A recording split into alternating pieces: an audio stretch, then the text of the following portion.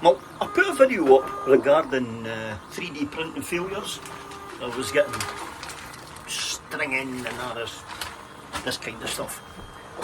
Somebody reached out to us and asked and mentioned to us that they liked the video, but they seen problems in the fact that what I was going to print had no supports, might collapse. So I wrote back to them, thanked them for his comments, because it didn't collapse, but it wasn't perfect. So the point of putting the strengthening posts in should be a good thing. But also got me thinking as well. I love to tinker about. So I've redone the phone holder. I'm in the middle of printing it right now, so I'll let you see how good it's going. So as you can see right now, the print is actually very, very clean, and I'm very, very happy with it, right? But if you see now and again, okay, it's empty. So I've not bothered with an infill in this, because to be fair, it's only a phone holder, but it looks like it could be a phone holder with a difference. So one of the changes I've made was actually on here. So as you can see here, it's saying 240 degrees, because it defaults to 215 degrees, and for some reason or another, the G-Tech A20 does not like that. So as you can see, it's printing away just the fine thing at 240. Also, the glass bed, which I use for this, right, which is the G-Tech super plate that I keep raving on about, I've upped that to 60 degrees. That was on 50, so that's that figure there. And the fan I've got running at 100%. So, has it worked? Well, I'd like to think it has worked, because one of the things I'd done at the start of the print on this was it's live was I paused the printing. Correct. Paused the printing. So what difference did that do? Well, as you can see now, it's printing, okay, and if I just go to the menus here, that's it. So pause the print. Oh. And from here, as you can see, let's come into the Idealite printing here. So there's a slight little rough bit here, and there's wee bits of stringing right there, okay? But apart from that, the rest is coming up actually quite fine. So all I do now is go from paused and then resume print. Oh. I'm not very good left-handed. I'm just not very good actually. So there you go, it's heating the nozzle back up again, and as you can see, it's taking us back up to the 240. And if I just come along the top here and give you a top view, there's the phone holder.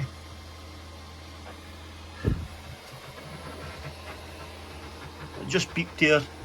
Next message, resume print, push the button, and look at that. It's just gone right back in again to where it stopped off, and it's not interfered or damaged the print. I've also now just had a wee thought. I'm printing another phone holder again to try and get it to be as flawless as possible. And well, do you remember I bought this?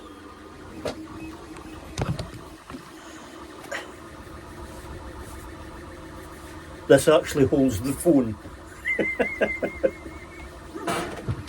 Right, I'm into the next stage now here, and this is interesting because if you look here, right, it's doing an infill. But if you look here, and if you look at the bottom leg, move it away, thank you, right, it's not filling that in, because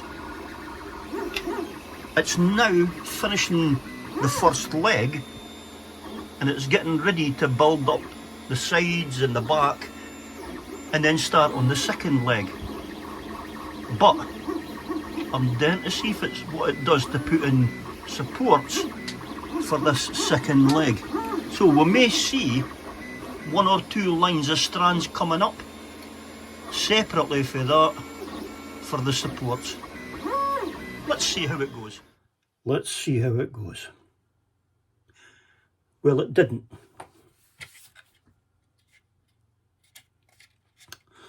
So after stopping it, and I was, when I restarted it again, not long after I restarted it, right, I was hearing this clicking noise,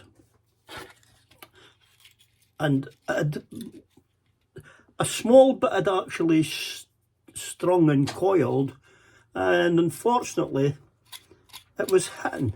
Now, because I had a problem at the start of this with the edge, it's meant to put a skirt around before it starts printing, and I usually do that, but for some reason or other I couldn't get this to do that, and we nudging it slackened it, and because a wee bit wasn't bonding right, it just kept hitting it,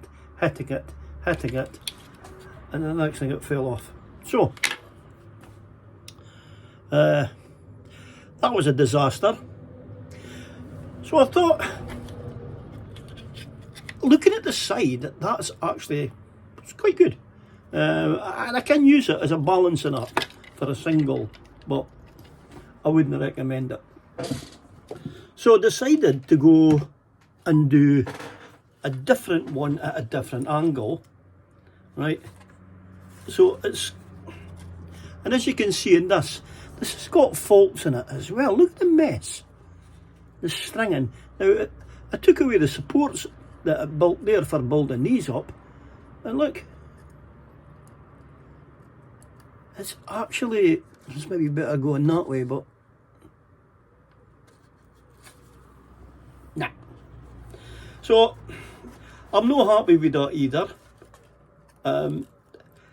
It's strong enough though, it does actually hold the phone. So I've got that out of it.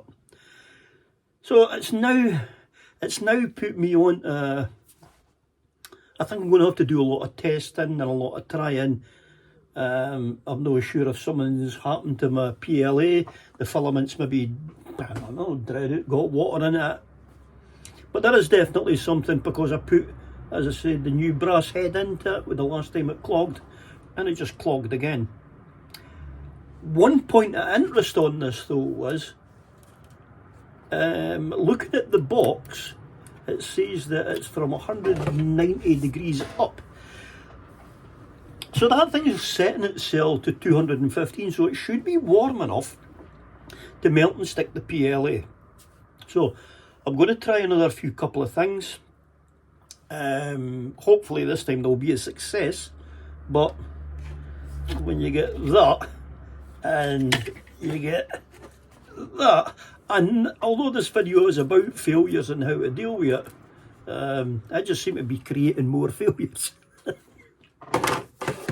So on that note, back to the drawing board, but I will be back with something interesting, I can assure you. So thanks for watching, smash that thumbs up. Hello if you're new, go and hit that subscribe button. I want to get over the 400 this month if possible, and I'll see you in the next one.